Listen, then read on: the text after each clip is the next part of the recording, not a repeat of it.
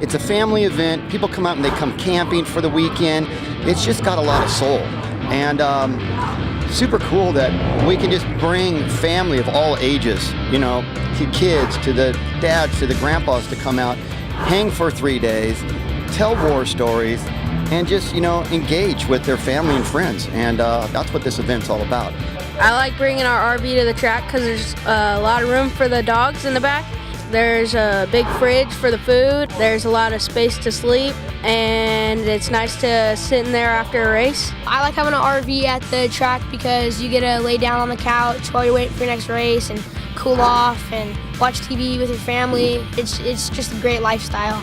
And for Fasthouse, we got you covered if you want to look cool. Yeah, Fasthouse has just been a passion of ours for the past almost 30 years. And it's just now kind of, we brought it to the masses and we love it. We have stuff for the kids, for the vet guys, 30 years, and for the women, man. We're going all out for them because you know what, they are the boss. It's all about camping and family and having fun.